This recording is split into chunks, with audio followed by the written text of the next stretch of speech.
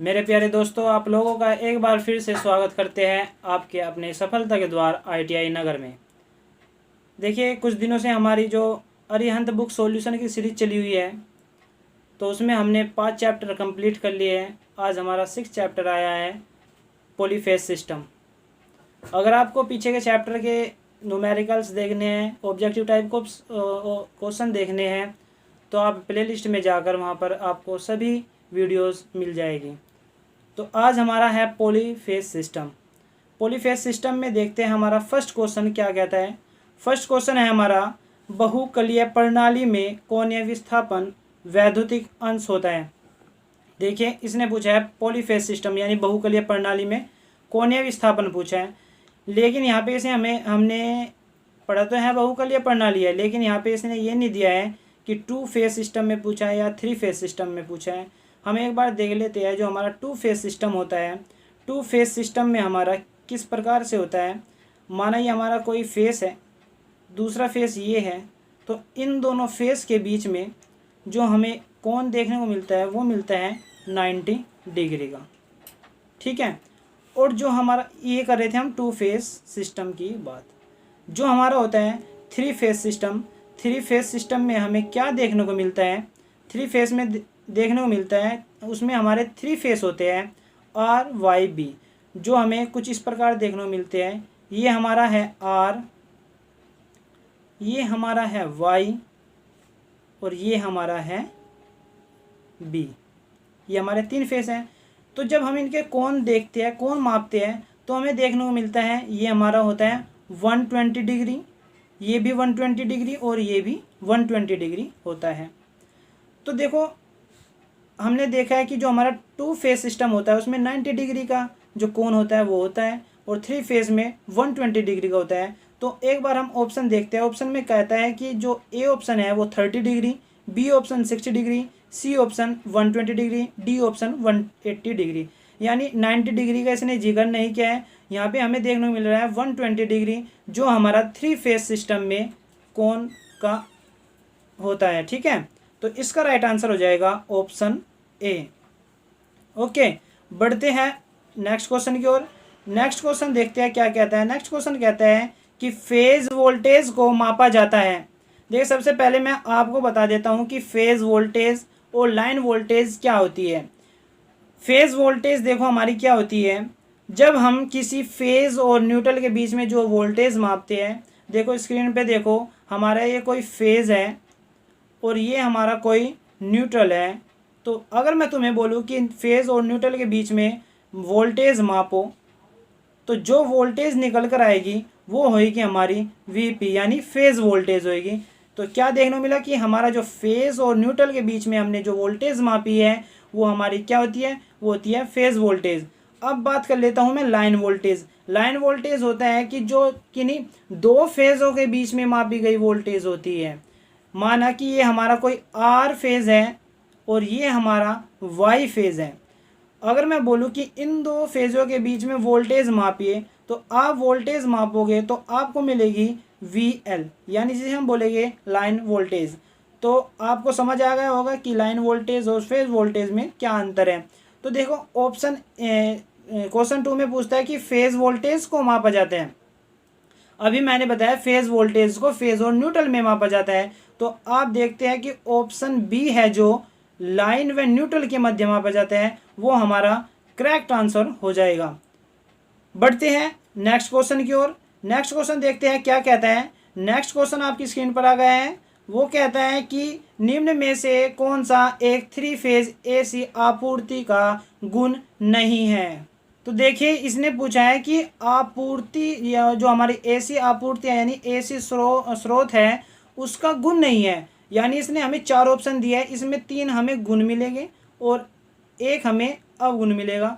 तो ऑप्शन देख लेते हैं क्या क्या कहता है। ऑप्शन ए में कहता है समान फेज के कोण का अंतर, यानी जो हमारा फेज होता है, जो उनके बीच में कोण होता है उनका अंतर समान होता है। देखिए, मैं आपको अभी बता कर आया हूँ, जो हमारा सिंगल फेज डबल फेज होता है उसमें हमें कोण देखने को मिलता है 90 डिग्री का। लेकिन यहाँ पे इसने क्या पूछा है, इसने पूछा है कि जो हमारा थ्री फेज़ है, थ्री फेज़ में अभी क्या देखा था हमने कि तीन फेज़ होते हैं। दोबारा देखते हैं, आर, वाई और बी। तो ये कहता है कि ऑप्शन ए में क्या कह रहा है कि समान फेज अंतर होता है, कोनों का अंतर जो होता है वो क्या होता है, समान। यानी ये हमारा 120 है, तो ये भी हमारा 120 होगा और ये भी हमारा 120 होगा। तो ये ऑप्शन हमारा राइट होगा, ये ऑप्शन में सही कह रहा है। ऑप्शन बी देखते हैं क्या कहता है कि समान पिक मान। देखिए मैं आपको एक डायग्राम दिखाता हूँ। देखिए इस डायग्राम में देखो जो आपकी स्क्रीन पर आया हुआ है, जो पिक मान है, पिक मान क्या होता है हमारा, किसी साइनसोइडल वेव फॉर्म का जो अधिकतम मान होता है वो हमारा क्या होता है, पिक मान होता है। तो आपको देखने को मिल रहा है जो आर वाई बी, इसमें थ्री फेज है। आर फेज का देखो जो पिक वैल्यू है वो हमारी ये है, ठीक है, और जो वाई की है ये हमारी ये है और बी की ये है। तो ये हमारी जो पिक वैल्यू है ये हमारी क्या है, समान वैल्यू है। तो ऑप्शन बी भी हमारा सही कह रहा है।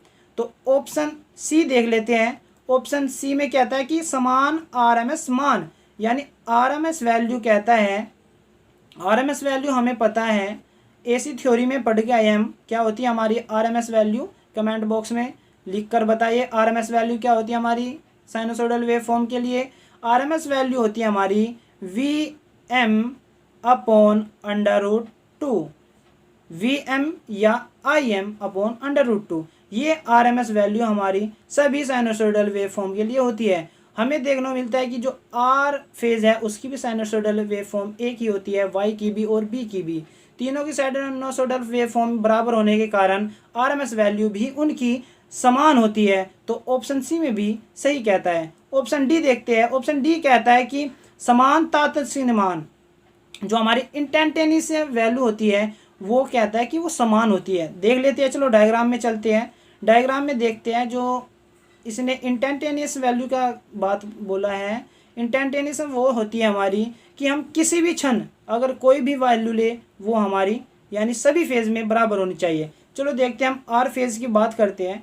आर फेज में हम जब देखते हैं, मैं मान लेता हूँ कि मुझे इस समय वैल्यू चाहिए आर फेज की, माना यहाँ पे इसकी 2 वोल्टेज आ गई है, और मैं इसी समय बोलूँ कि मुझे वाई फेज, देखिए वाई फेज हमारा ये है, अगर मैं बोलूँ कि मुझे ये ही चाहिए वाई फेज की, इसी समय वोल्टेज मापनी है, तो ये देखो कम आएगी।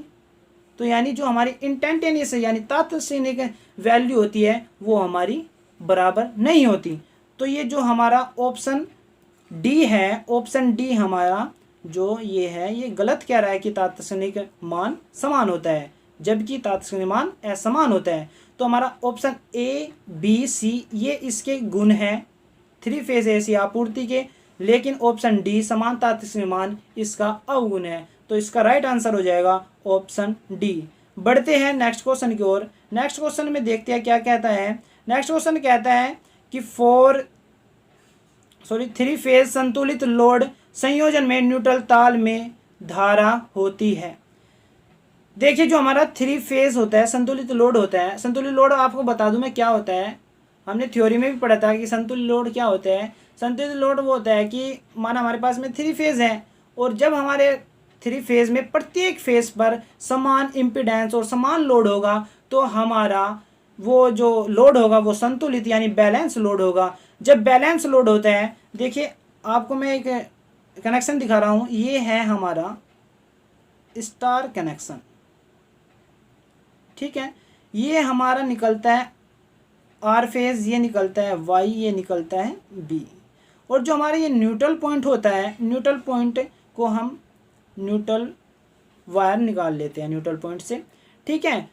और जो ये कह रहा है कि जो ये न्यूट्रल तार है और हमारा जो बैलेंस है यानी तीनों फेज पर बैलेंस हमारा लोड बैलेंस है, तो ये पूछता है कि जो न्यूट्रल तार है इसमें धारा कितनी बहेगी। तो इसमें धारा जो हम देखते हैं वो हमें मिलती है 0 यानी 0 मिलती है। तो ऑप्शन सी देखिए 0 इसका राइट आंसर हो जाएगा। ओके, बढ़ते हैं नेक्स्ट क्वेश्चन की ओर। नेक्स्ट क्वेश्चन में देखते हैं क्या कहता है। कहता है कि थ्री फेज प्रणाली में थ्री फेज वोल्टेज के कोण द्वारा प्रतिस्थापित होती है। देखिए मैं पीछे आपको बार बार बता रहा हूँ कि जो हमारा 2 फेज सिस्टम होता है उसमें फेज़ों का कोण होता है वो 90 डिग्री होता है, और 3 फेज़ में हमारा जो कोण का अंतर होता है वो होता है 120 डिग्री। तो इसका राइट आंसर हो जाएगा ऑप्शन बी 120 डिग्री। बढ़ते हैं नेक्स्ट क्वेश्चन की ओर। नेक्स्ट क्वेश्चन में कहता है कि न्यूट्रल बिंदु होता है, अभी अभी मैंने बताया था, कनेक्शन बनाया था कि अभी स्टार कनेक्शन बनाया था, उसमें हमें क्या देखने को मिला था, बताइए क्या देखने को मिला था, हमें न्यूट्रल पॉइंट मिला था और न्यूट्रल पॉइंट के साथ में न्यूट्रल वायर भी मिला था। तो उसी बात की ये जिक्र कर रहा है कि न्यूट्रल बिंदु होता है। न्यूट्रल बिंदु हमें देखने को मिलता है स्टार संयोजन में। मैं बता देता हूँ कि डेल्टा संयोजन में क्यों नहीं देखने को मिलता। देखिए जब हम इस डेल्टा कुछ इस प्रकार कनेक्शन करते हैं, अपनी स्क्रीन पर देखिए, डेल्टा जो होता है वो कुछ इस प्रकार का होता है। ये हमारी कोई कोईल लगी हुई है, यहाँ पे भी कोईल लगी हुई है। तो यहाँ से हम निकाल लेते हैं आर फेज़, यहाँ से निकालते हैं वाई फेज़ और यहाँ से निकालते हैं बी फेज़। देखिए यहाँ पे हमें कोई भी न्यूट्रल पॉइंट नहीं देखने को मिल रहा है, ये एक लूप की तरह कार्य कर रही है। तो यहाँ पे हमें न्यूट्रल पॉइंट नहीं देखने को मिलता। जबकि स्टार कनेक्शन में, स्टार कनेक्शन एक बार फिर बना देता हूँ मैं, जो स्टार कनेक्शन होता है वो कुछ इस प्रकार का होता है, जिसमें आर फेज़ ये होता है, ये वाई होता है, ये बी होता है, और जो हमारा ये बीच का न्यूट्रल पॉइंट बनता है, इससे न्यूट्रल वायर निकल जाता है और इसे न्यूट्रल पॉइंट बोलते हैं।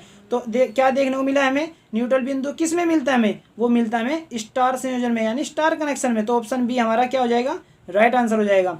बढ़ते हैं नेक्स्ट क्वेश्चन की ओर। नेक्स्ट क्वेश्चन में कहता है कि 3 फेज सप्लाई के संयोजन अधिकांशतः खालिस्तान में होते हैं।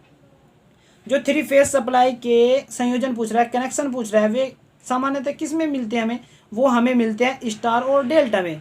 आप कोई भी मोटर या मशीन ले लो, उसके कनेक्शन हमें डेल्टा और स्टार में ही मिलेंगे। तो देखते हैं जो ऑप्शन सी है, ऑप्शन सी में कहता है स्टार व, ऑप्शन सी में क्या कहता है, स्टार एवं डेल्टा के बीच में हमें देखने को मिलता है। तो इसका राइट आंसर हो जाएगा ऑप्शन सी। बढ़ते हैं नेक्स्ट क्वेश्चन की ओर। नेक्स्ट क्वेश्चन में देखते हैं क्या कहता है। नेक्स्ट क्वेश्चन में कहता है कि मोटरों में स्टार संयोजन तक किए जाते हैं, यानी जो मोटरों में स्टार संयोजन करते हैं वो कितनी पावर तक किए जाते हैं, वो किए जाते हैं 3 हॉर्स पावर, यानी 3 HP तक के जो मोटर होते हैं उनमें स्टार संयोजन किया जाता है, यानी स्टार कनेक्शन किया जाता है। तो इसका राइट आंसर क्या मिला हमें, ऑप्शन ए। ओके, बढ़ते हैं नेक्स्ट क्वेश्चन की ओर। नेक्स्ट क्वेश्चन में देखते हैं क्या कहता है। कहता है कि 3 फेज स्टार समायोजित लोड द्वारा खपत वास्तविक पावर P को ज्ञात करने का सूत्र है। इसने क्या पूछा है, पावर पूछी है 3 फेज स्टार समायोजित में। मैं आपको स्टार संयोजन और डेल्टा में कुछ अंतर दिखा देता हूँ। जो हमारा स्टार संयोजन होता है, स्टार कनेक्शन होता है, उसमें ये हमारा क्या है, स्टार कनेक्शन, उसमें जो हमारी VL यानी लाइन वोल्टेज, इसको मत भूलना कि लाइन वोल्टेज और फेज वोल्टेज क्या होती है। फर्स्ट क्वेश्चन में बताया था कि लाइन वोल्टेज और फेज वोल्टेज क्या होती है। तो ये जो हमारी स्टार संयोजन में देखने को मिलता है, जो हमारी लाइन वोल्टेज होती है वो √3 VP के बराबर होती है। यानी देखो जब हम 2 फेज के बीच में वोल्टेज माप रहे हैं तो वो हमारी ज़्यादा वोल्टेज होगी, और वो कितनी ज़्यादा वोल्टेज होगी किसी फेज वोल्टेज के मुकाबले, वो होती है √3 गुना ज़्यादा होती है वो, ठीक है। तो हमारी जो लाइन वोल्टेज होगी वो √3 फेज वोल्टेज के गुना होगी, ठीक है। और जो हमारा स्टार संयोजन में जो करंट देखते हैं, लाइन करंट और फेज करंट का जो संबंध है वो होता है इक्वल, यानी जो हमारा लाइन करंट है वो फेज करंट के बराबर होता है।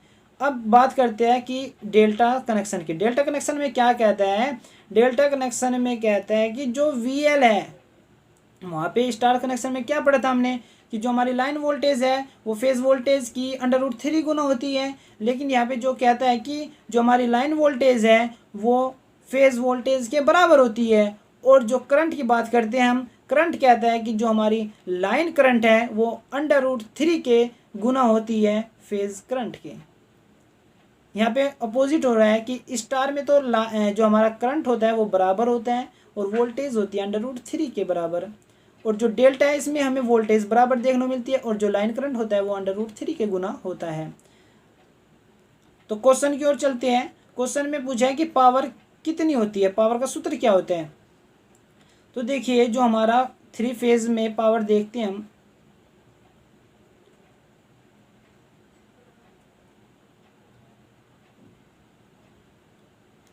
तो जो हमारा पावर का फॉर्मूला होता है वो थ्री फेज में जो हमारा फेज पावर होती है वो क्या होती है, 3 × 1 फेज पावर।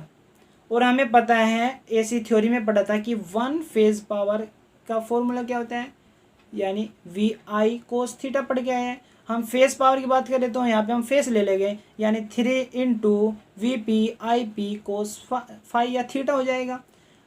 फिर अगर मैं बात करूँ कि हमारी जो लाइन पावर होती है वो क्या होती है, देखिए लाइन पावर में हम 3 × VP अभी हमने पढ़ा था, हमने क्या पढ़ा था, जो हमारा VL है वो होता है हमारा √3 VP के।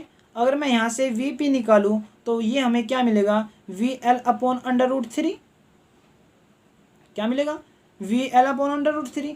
तो यही काम हमने यहाँ पे किया है कि VP की वैल्यू रखी है VL/√3 और स्टार में हमारा क्या देखने को मिलता है, जो हमारा करंट होता है वो IL के बराबर होता है, phase current equal to line current और कोस थीटा।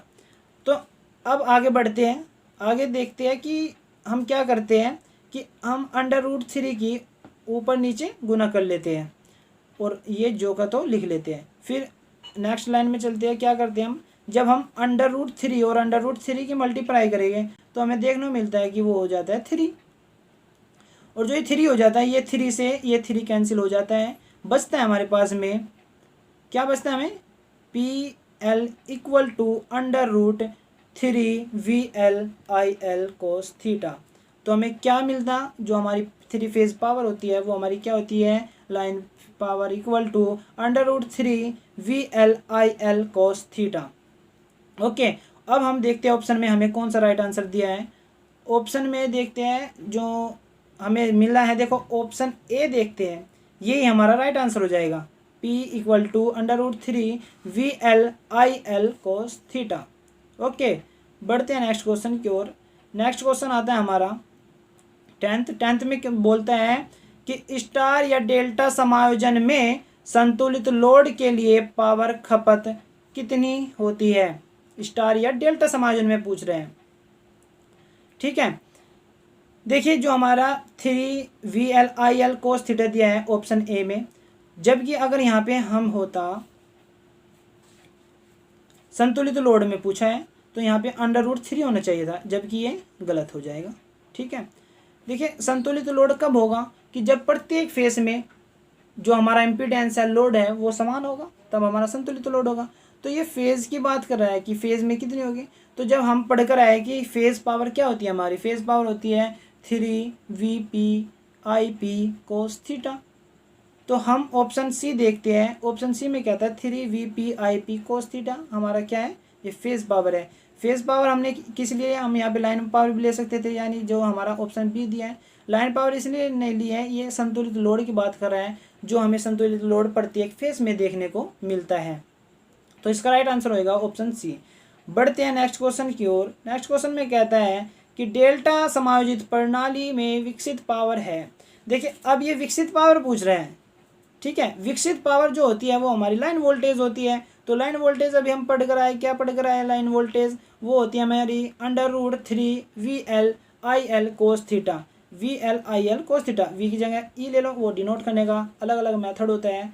तो यहाँ पे हमारा ऑप्शन सी देखते हैं, √3 EL/IL cos theta right answer हो जाएगा। ओके, बढ़ते हैं नेक्स्ट क्वेश्चन की ओर। नेक्स्ट क्वेश्चन में कहता है कि स्टार समायोजित प्रणाली में लाइन वोल्टेज EL बराबर होती है।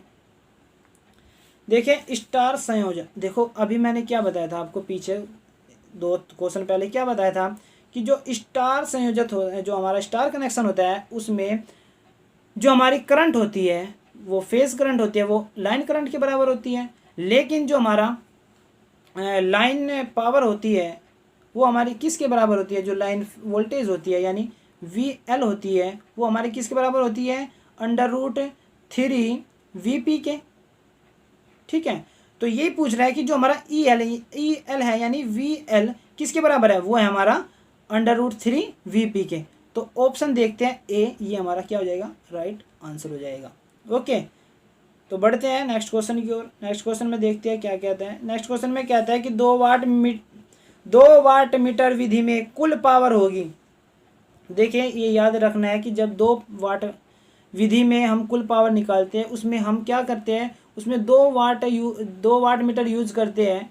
तो प्रत्येक की जो वाट मीटर आती है उनको आपस में जोड़ देते हैं, यानी फर्स्ट जो वाट मीटर है उसकी जो यूनिट आई है, सॉरी रीडिंग आई है, और जो दूसरी रीडिंग आई है उनको जोड़ देते हैं। तो जो हमारा फॉर्मूला बनता है वो बनता है हमारा W बराबर W1 प्लस W2। तो ऑप्शन है हमारा हो जाएगा राइट आंसर। बढ़ते हैं नेक्स्ट क्वेश्चन की ओर। नेक्स्ट क्वेश्चन में कहता है, देखिए 14 नंबर का, देखिए दिख रहा है स्क्रीन पे, चलो देख लेते हैं। कहता है कि 2 वाट मीटर विधि में यदि 1 वाट मीटर का पाठ्यांक ऋणात्मक हो तो लोड का शक्ति गुणक होगा। देखिए ये याद रखने की चीज़ है, अगर वाट मीटर का पाठ्यांक ऋणात्मक आ रहा है तो जो हमारा पावर फैक्टर है वो घटता है। यदि वाट मीटर का जो पाठ्यांक है, जो रीडिंग है वो धनात्मक आ रही है, तो जो हमारा शक्ति गुणक यानी पावर फैक्टर होता है वो हमारा बढ़ता है। तो इसने ऑप्शन दिया है 0.5 से कम, बी दिया है 0.5 से अधिक। अधिक तो हो ही नहीं सकता, ऋणात्मक पाठ्यांक है यानी घटेगा, अनंत भी नहीं हो सकता 0.8 में। तो हमारा जो ऑप्शन ए है, ऑप्शन ए 0.5 से कम होता है, ये इसका हो जाएगा राइट आंसर। ठीक है, अगला नेक्स्ट क्वेश्चन देखते हैं जो आपकी स्क्रीन पर है। क्वेश्चन 15 कहता है कि कौन सा चित्र 3 फेज पावर को मापने की 2 वाट मीटर विधि के सही संयोजन को दर्शाता है। देखिए जो हमारा 2 वाट मीटर विधि होता है उसमें हम क्या करते हैं, उसमें हम किसी एक फेज को रेफरेंस मान लेते हैं, उसे एक न्यूट्रल की तरह कार्य करते हैं, जिस पर हम क्या करते हैं, वाट मीटर लगाते हैं। और वाट मीटर में हमारी 2 कॉइल होती है, करंट कॉइल और पोटेंशियल कॉइल। लेकिन जो हमारी करंट कॉइल होती है, आपको देखने को मिल रहा है कि जो हमारी करंट कॉइल होती है वो हम आगे भी पढ़ेंगे, ट्रांसफार्मर में पढ़ेंगे। जो हमारा करंट कॉइल होती है वो मोटे तार से और कम लपेट से बनाई जाती है, जो कि देखो ये छोटी सी कॉइल दिख रही है, मैं बड़ी स्क्रीन कर देता हूँ। देखिए जो हमारी ये छोटी सी छोटी सी कॉइल दिख रही है, ये हमारी करंट कॉइल है। इसे सदैव श्रेणी में यानी सीरीज में जोड़ा जाता है। और जो हमारी ये बड़ी सी कॉइल है ये हमारी अधिक लपेट वाली और पतले तार वाली होती है, जो हमारी पोटेंशियल कॉइल होती है, जो हमारी वोल्टेज को मापने का कार्य करती है। ये सदैव समांतर क्रम में यानी पैरेलल में जोड़ी जाती है। तो सबसे पहले देखते हैं हम, मैंने अभी बोला है कि 2 वाट मीटर विधि में हम एक फेज को रेफरेंस मानते हैं। तो देखिए हमारा जो फर्स्ट वाट मीटर है वो हमारा ये हो जाएगा W1 और W2 हो जाएगा ये। तो देखिए इसमें आपको देखने को मिल रहा है कि जो हमारी फर्स्ट माना कि हमारा रेफरेंस है, लेकिन रेफरेंस होने के कारण जो हमारा ये वाट मीटर है इसका ये वाला तार ये इस पर मिलना चाहिए था, जो कि मिला नहीं है। तो ये ऑप्शन हमारा हो जाएगा गलत। ऑप्शन बी देखते हैं। ऑप्शन बी में भी यही किया है, रेफरेंस माना हमने ये ले लिया है। तो जो हमारा वाट मीटर ये है वाट मीटर 1, इसका जो ये वाला तार है ये मिलना चाहिए था इस पे, तब ये सही हो सकता था। ऑप्शन सी देखते हैं। ऑप्शन सी में कहता है कि देखो इसने ये वायर ये फेज रेफरेंस माना है, ठीक है, और इसने बिल्कुल सही कनेक्शन किया है। जो हमारा वाट मीटर फर्स्ट है और वाट मीटर सेकंड है, देखो ये इसकी कॉइल है ये सीरीज में है, करंट कॉइल, इसकी भी करंट कॉइल सीरीज में है। और हमको जो पोटेंशियल कॉइल है ये हमें पैरेलल में जोड़नी थी। और देखो जो रेफरेंस हमने वायर माना है इसी में ही दोनों वाट मीटर की वायर जुड़ी है। तो जो इसका राइट आंसर हो जाएगा यही हो जाएगा, यानी जो ये कनेक्शन है ये बिल्कुल सही है। ठीक है, ऑप्शन डी भी देख लेते हैं, चलो क्या कहते हैं। ऑप्शन डी में भी बिल्कुल वही गलती करी है कि रेफरेंस ये माना है लेकिन जोड़ दिया है किसी और फेज पर, बिल्कुल सेम गलती दोहराई है। तो हमारा जो ऑप्शन सी है ये कनेक्शन हमारा सही है। ओके, चलो बढ़ते हैं नेक्स्ट क्वेश्चन की ओर। नेक्स्ट क्वेश्चन में देखते हैं क्या कहता है। नेक्स्ट क्वेश्चन में कहता है कि आपको 3 फेज परिपथ की वास्तविक पावर, यानी देखो एसी में जो हमारे एसी थ्योरी में हमने क्या पढ़ा था, 3 पावर पढ़ी थी हमने। वास्तविक पावर यानी ट्रू पावर, यानी एक्टिव पावर यानी वाटफुल पावर, और दूसरी पढ़ी थी हमने रिएक्टिव पावर यानी जो वाटलेस होती है जिसका कोई मान नहीं होता, और अधिकतर यूज हम वास्तविक पावर का ही करते हैं। और तीसरी पढ़ी थी हमने आभासी पावर, एपरेंट पावर। ठीक है, यहाँ पे इसने पूछा है कि वास्तविक पावर वास्तविक पावर, आभासी पावर, रिएक्टिव पावर, यानी तीनों पावर पूछ लिया और पावर फैक्टर भी पूछ लिया है। तो जो ये चारों चीज़ हम ज्ञात करते हैं, ये निम्न में से किसके द्वारा निर्धारित किए जा सकते हैं? ये किसके द्वारा निर्धारित किए जा सकते हैं? ये किए जा सकते हैं 2 वाट मीटर विधि के द्वारा। ठीक है, किसके द्वारा? 2 वाट मीटर विधि के द्वारा। तो जो ऑप्शन बी है ये हमारा हो जाएगा right answer. Okay, next question देखो स्क्रीन पर क्या कह रहा है। कह रहा है कि चित्र में कौन सी वाट मीटर विधि दर्शाई गई है।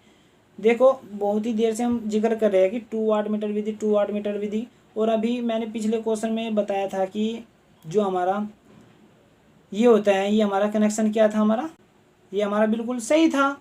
ठीक है, तो इसी को ध्यान में रखते हुए उस क्वेश्चन में बात करते हैं। देखो क्या कहता है उस क्वेश्चन में भी यही कह रहा है कि ये कुछ इनने डायग्राम दिया है, सर्किट दिया है।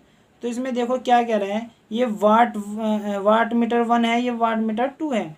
तो देख लेते हैं, जो इसकी करंट कॉइल सीरीज में है जी, सही है जी, और जो हमारी पोटेंशियल कॉइल है ये इसमें है पैरेलल में। ठीक है, और जो हमारा वाट मीटर बी की करंट कॉइल भी सीरीज में है और पैरेलल में हमारी क्या है, पोटेंशियल कॉइल। ठीक है, ये हमारा सही है, यहाँ तक तो हमारा कनेक्शन सही है। अब देख लेते हैं, मैंने तुम्हें बोला कि हम किसी एक फेज को रेफरेंस मान लेते हैं। अब देखो रेफरेंस इसने वाई फेज को माना है, तो वाई फेज पर दोनों वाट मीटर कनेक्ट होना चाहिए। जो दोनों वाट मीटर की पोटेंशियल कॉइल है उनका एक सिरा कनेक्ट होना चाहिए। तो जो हमारी वाट मीटर फर्स्ट है उसका देखो पोटेंशियल कॉइल का एक सिरा वाई फेज से कनेक्ट है, और जो हमारा वाट मीटर 2 है इसका भी पोटेंशियल कॉइल का वाई फेज से कनेक्ट है। तो जो हमारा ये डायग्राम है, जो हमारा सर्किट है, ये हमारा किसका है, ये है हमारा 2 वाट मीटर विधि का। ठीक है, किसका है, 2 वाट मीटर मेथड का। ये आपको याद रखना है कि करंट कॉइल किस में कनेक्ट होती है और पोटेंशियल कॉइल किस में कनेक्ट होती है, और 2 वाट मीटर विधि में हम सदैव एक फेज को न्यूट्रल मान लेते हैं। ये आपको याद रखना है। बढ़ते हैं नेक्स्ट क्वेश्चन की ओर। नेक्स्ट क्वेश्चन में देखते हैं क्या कहता है। नेक्स्ट क्वेश्चन में देखो इसने क्या करा है, नीचे दिए गए चित्र में वाट मीटर W2 विपरीत दिशा में पाठ्यांक दर्शाता है। देखो अभी मैंने क्या बताया आपको कि जो हमारी करंट कॉइल होती है वो सदैव किस में जुड़नी है, सीरीज में, और जो हमारी पोटेंशियल कॉइल है वो सदैव किस में जुड़नी है, पैरेलल में। देखो ये कह रहा है वाट 2 मीटर, जो हमारा वाट 2 है, वाट मीटर 2 है, वो विपरीत दिशा में पाठ्यांक दर्शाते हैं। अब देखते हैं पाठ्यांक विपरीत दिशा में क्यों दर्शा रहा है वो। देखो वाट मीटर 2 ये है। अब देखते हैं, देखो करंट कॉइल इसकी ये वाली है, ठीक है, और ये हमारी क्या है, पोटेंशियल कॉइल। तो भाई जब ये कनेक्शन इनने विपरीत कर दिया है तो फिर तो पाठ्यांक भी विपरीत दर्शाएगा। तो अगर मैं ये करंट कॉइल इसने फिलहाल तो इसमें पैरेलल में जोड़ी है, अगर मैं इस करंट कॉइल को सीरीज में जोड़ देता हूँ और इस पोटेंशियल कॉइल को पैरेलल में जोड़ देता हूँ तो हमारा जो पाठ्यांक होगा वो सही दर्शाएगा।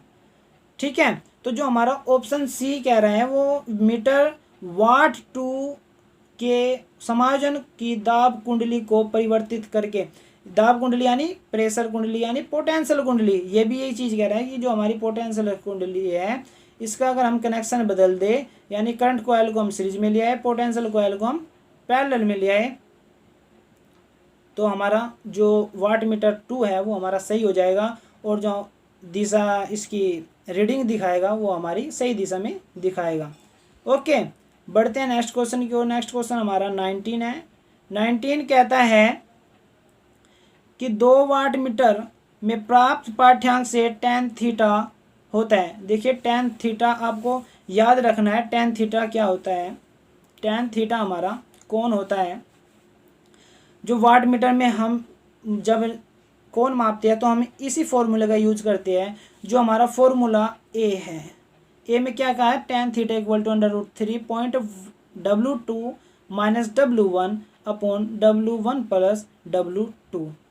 ओके, आपको ये याद रखना है, और जब हम इसका थ्योरी पढ़ेंगे इसमें आपको बहुत ही बारीकी से मैं ये आपको थीटा एंगल निकालना सिखाऊंगा। ओके, अब बढ़ते हैं नेक्स्ट क्वेश्चन हमारा कहता है 20 कि 3 फेज परिपथ में इकाई पावर फैक्टर पर 2 वाट मीटर का पाठ्यांक है। देखिए पिछले क्वेश्चन में क्या पढ़ा था, उसमें पूछा था कि 2 वाट मीटर विधि में अगर हम उसकी टोटल वाट निकाले तो हम क्या करते हैं कि दोनों का हम योग कर देते हैं। तो इसने पावर का है, जब भाई वाट मीटर एक की जो पावर आएगी वही दूसरे की आएगी, तो हम जो हमारी एक की पावर आती है उसमें हम 2 की मल्टीप्लाई कर देते हैं। तो ऑप्शन ए है जो वो बिल्कुल सही है। जो हमारी पावर होती है वो 2 इंटू W1 के बराबर होती है। ठीक है, तो मेरे प्यारे दोस्तों आज का सेशन यहीं पर समाप्त होता है। अगर वीडियो अच्छी लगी है और क्वेश्चन अच्छे से समझ में आए हैं तो वीडियो को लाइक करें, और अपने दोस्तों का भला चाहते हैं तो वीडियो को अपने दोस्तों को शेयर करें, और नए लेक्चर का नोटिफिकेशन पाने के लिए हमारे ITI नगर को सब्सक्राइब करें। और हाँ, अगर आप हमारे सभी पिछले लेक्चर देखना चाहते हैं तो हमारे चैनल पर जाकर प्ले लिस्ट में जाओगे, उसमें मिलेगी आपको अरिहंत बुक सॉल्यूशन के नाम से प्ले लिस्ट मिलेगी। उसमें जाकर प्ले लिस्ट को ज्वाइन करें और वीडियो का आनंद उठाए और अपनी नॉलेज को बढ़ाते रहे। तो इसलिए टाटा एंड बाय बाय।